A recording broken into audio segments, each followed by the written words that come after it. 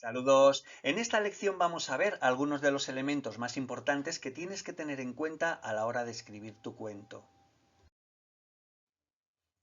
Mirad, aquí encima de mi cabeza tenéis el listado de estos aspectos importantes que tenemos que tener en cuenta, ¿vale?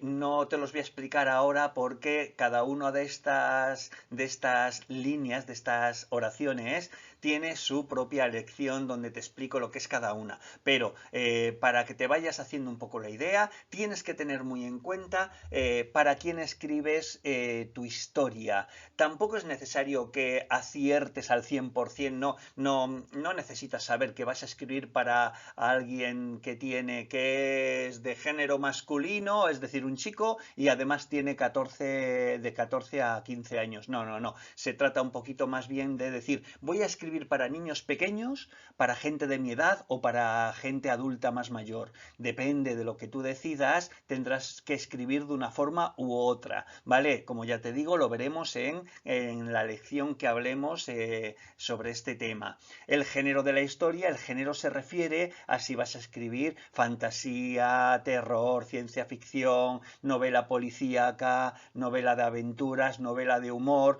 o incluso mezclando diferentes géneros, comedia con aventuras, terror con humor, ciencia ficción con fantasía o ciencia ficción con misterio, cosas de ese tipo, ¿vale? El tono de la historia, si vas a escribir en un tono muy serio, muy dramático, muy triste, muy alegre, bueno, ese tipo de cosas que lo veremos en su lección correspondiente. Vamos a hablar del conflicto principal. El conflicto es ese problema tan enorme que ocurre que pone en marcha la historia. Sin conflicto no tendríamos cuento, no tendríamos historia, no pasaría nada, con lo cual los personajes no tienen nada que hacer. Por eso el conflicto es muy importante. Vamos a hablar de los personajes, lo mismo. Los personajes son el alma de la historia, son los protagonistas, son los que hacen que la historia avance. Sin personajes, pues aunque sea, mira, el personaje puede ser un pájaro, puede ser una liebre, puede ser un ciervo, lo que tú quieras, ¿vale? Pero tiene que haber un personaje. Sin personajes no tendríamos tampoco historia, porque ¿de qué vas a hablar? ¿De cómo eh, pasa el tiempo? Bueno, a lo mejor tienes muchísima imaginación y además eres muy hábil y eres capaz de convertir al tiempo en un personaje. Pues entonces tu personaje sería el tiempo, pero tiene que haber un personaje, ¿vale? Vamos a ver cómo diseñar los personajes y qué tienes que tener, qué tipos de personajes hay, etcétera.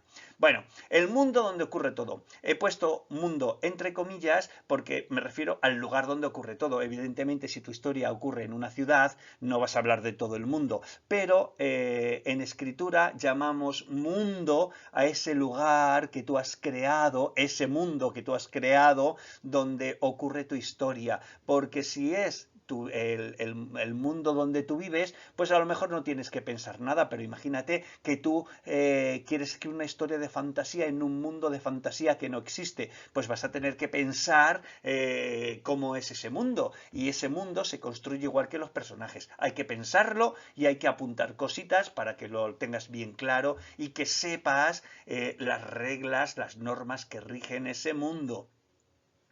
El narrador de la historia. El narrador es el que te cuenta la historia. Ojo, el escritor no te cuenta la historia, el escritor la escribe, pero hay un narrador que es el que te cuenta la historia. Lo veremos, esto parece un poco contrasentido y un poco difícil de entender, pero bueno, lo entenderás cuando lleguemos a la lección que hablemos de el narrador, ¿vale? Y el argumento es